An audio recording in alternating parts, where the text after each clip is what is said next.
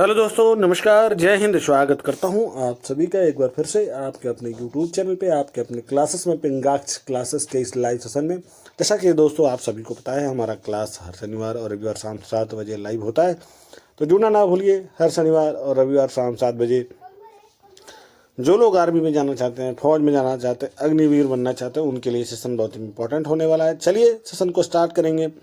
उससे पहले आपसे रिक्वेस्ट करूंगा, चैनल पर पहली बार है तो चैनल को सब्सक्राइब कर लीजिएगा, बेल आइकन को प्रेस कर दीजिएगा ताकि सबसे पहले नोटिफिकेशन आपको मिल सके। और ये सेशन पसंद आएगा तो लाइक करना, कमेंट करना, शेयर करना ना भूलें। हर एक फौजी भाई एक शेयर जरूर करेंगे। आज का सेशन स्टैटिक जीके का है। 15 प्रश्नों का सेट है। 12 प्लस सही करेंगे तो शानदार सेशन की तैयारी होगी। चलिए देखते हैं। Static GK for army Agniveer aspirants. पहला प्रश्न देखिए, वर्तमान में भारत में कितने उच्च न्यायालय हैं? ऑप्शन है 21, 22, 24 और 25। Option A 21, option B 22, option C 24 और ऑप्शन डी 25। तो सही आंसर है आपका ऑप्शन डी 25, बिल्कुल करेक्ट है। 1 नंबर आपके बनते हैं। चलिए देखिए दूसरा प्रश्न, सर्वोच्च न्यायालय में मुख्य न्यायाधीश सहित वर्तमान में कुल कितने न्यायाधीश हो सकते हैं?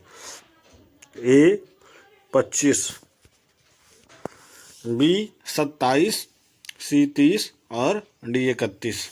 ये क्वेश्चन का आशय यह है कि सुप्रीम कोर्ट में अधिकतम कितने न्यायाधीश हो सकते हैं, जो मेन जस्टिस होते हैं उनको मिलाकर।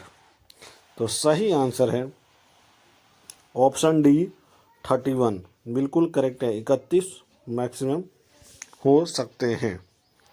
चलिए तीसरा प्रश्न देखिए, सर्वोच्च न्यायालय के न्यायाधीश कितनी आयु के पश्चात अवकाश ग्रहण करते हैं? ए 60 वर्ष, बी 62 वर्ष, सी 65 वर्ष और डी 67 वर्ष। मुझे लगता है आप सभी को इसका आंसर पता होगा। कमेंट बॉक्स में जरूर बताइएगा, बहुत इंपॉर्टेंट क्वेश्चन है। अवकाश प्राप्त का मतलब कि कब वो रिटायर होते हैं। तो सही आंसर है ये आपका ऑप्शन सी 65 वर्ष, बिल्कुल करेक्ट है। 1 नंबर आपके परफेक्ट हैं, 1 नंबर आपके बनते हैं। 65 वर्ष के बाद रिटायर होते हैं। चलिए तीसरा के बाद चौथा प्रश्न, उच्च न्यायालय में न्यायाधीशों की नियुक्ति कौन करता है? हाई कोर्ट में न्यायाधीश की नियुक्ति कौन करता है? ए राज्यपाल, बी राष्ट्रपति, सी प्रधानमंत्री और डी मुख्यमंत्री। सही आंसर है ऑप्शन बी राष्ट्रपति, बिल्कुल करेक्ट है। 1 नंबर आपके परफेक्ट हैं। चलिए बढ़ते हैं 5वें प्रश्न की तरफ। उच्च न्यायालय के न्यायाधीश अवकाश ग्रहण करते हैं, यानी हाई कोर्ट के जज अवकाश ग्रहण करते हैं। बताइए कब करते हैं? सुप्रीम कोर्ट का तो 65 वर्ष, इसका बताइए। ए 60 वर्ष, बी 62 वर्ष, सी 65 वर्ष और डी 61 वर्ष। सही आंसर है आपका ऑप्शन बी 62 वर्ष, बिल्कुल करेक्ट है। 1 नंबर आपके परफेक्ट हैं। सुप्रीम कोर्ट का रिटायर होता है 65 वर्ष पे और हाई कोर्ट का रिटायर होता है कितने? 62 वर्ष में, 62 ईयर्स। चलिए बढ़ते हैं हम 6ठे प्रश्न की तरफ। लोकसभा के सदस्यों का कार्यकाल कितना होता है? ए 5 वर्ष, बी 6 वर्ष, सी 4 वर्ष और डी 10 वर्ष। मुझे लगता है आप सभी को इसका आंसर पता होगा। कमेंट बॉक्स में ज़रूर बताइएगा। फिलहाल मैं आंसर बताता हूँ। ऑप्शन ए बिल्कुल करेक्ट है, 5 वर्ष। लोकसभा के सदस्यों का जो कार्यकाल होता है वो 5 वर्ष का होता है। चलिए 7वां प्रश्न देखते हैं। राज्यों में मुख्यमंत्री को शपथ कौन दिलाता है? ए राष्ट्रपति, बी उच्च न्यायालय का कोई न्यायाधीश, या सी उच्च न्यायालय का मुख्य न्यायाधीश, या डी राज्यपाल। तो सही आंसर है राज्यपाल। राज्यों के मुख्यमंत्री को शपथ दिलाने का काम राज्यपाल का होता है, राज्यपाल दिलाते हैं। ऑप्शन डी बिल्कुल करेक्ट है। बहुत इंपॉर्टेंट ये क्वेश्चन है। चलिए बढ़ते हैं हम 8वें प्रश्न की तरफ। संसद के 2 सत्रों के बीच अधिकतम कितने समय का अंतराल हो सकता है? ए 6 सप्ताह, बी 6 माह, सी 7 माह और डी 7 सप्ताह। तो सही आंसर है ऑप्शन बी 6 माह बिल्कुल करेक्ट है। 2 सत्रों के बीच का मैक्सिमम जो है 6 माह का अंतराल हो सकता है। चलिए 9वां प्रश्न देखिए। जैन धर्म के प्रथम तीर्थकर एवं प्रवर्तक कौन थे? ये बहुत इंपॉर्टेंट क्वेश्चन है। फिलहाल आपके ऑप्शन पढ़ता हूँ मैं। महावीर, बी सुधमर्न, सी पार्श्वनाथ और डी ऋषभदेव। बहुत इंपॉर्टेंट क्वेश्चन है इसलिए मैंने लिखा है यहाँ VIQ। प्रथम तीर्थकर एवं प्रवर्तक कौन थे? सही आंसर है आपका ऑप्शन डी ऋषभदेव बिल्कुल करेक्ट है। जैन धर्म के प्रथम तीर्थंकर एवं प्रवर्तक ऋषभदेव जी थे। चलिए बढ़ेंगे हम 10वें प्रश्न की तरफ।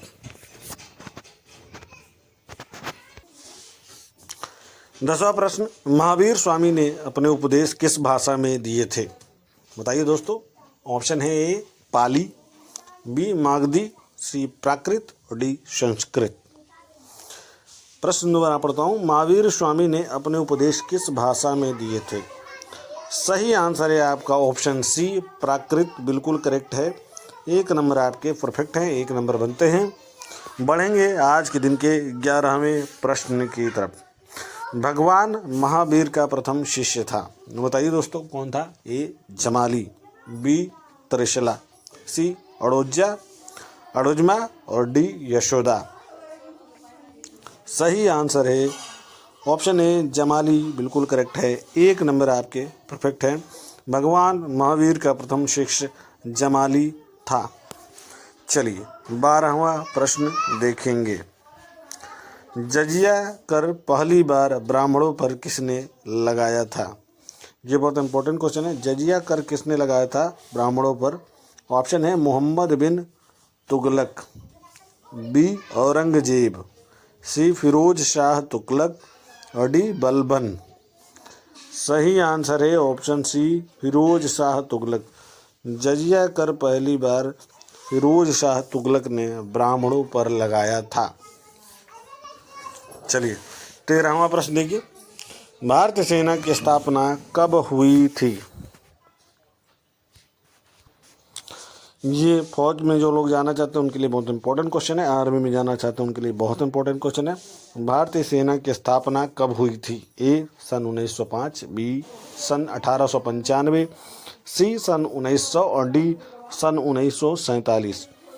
तो सही आंसर है 1895 यानी कि 1895। ऑप्शन बी बिल्कुल करेक्ट है, 1 नंबर परफेक्ट है। भारतीय सेना की स्थापना सन 1895 में हुई थी।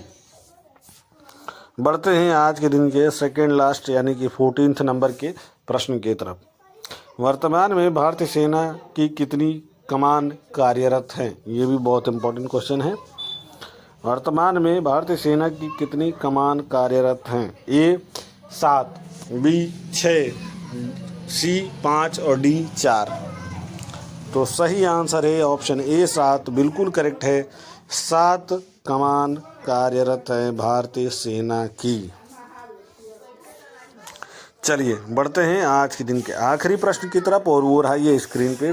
भारतीय सेना की पूर्वी कमान का मुख्यालय कहाँ है? भारतीय सेना की पूर्वी कमान का मुख्यालय कहाँ है? ए कोलकाता, बी दीमापुर, सी गंगटोक और डी गुवाहाटी। सही आंसर है ऑप्शन ए कोलकाता बिल्कुल करेक्ट है, 1 नंबर परफेक्ट है। इसी के साथ आज का ये सेशन समाप्त होगा। मैं मिलूंगा आपसे एक नए वीडियो में कल के दिन शाम 7 बजे। जुड़ना ना भूलिएगा। तब तक के लिए धन्यवाद। जय हिंद, जय भारत।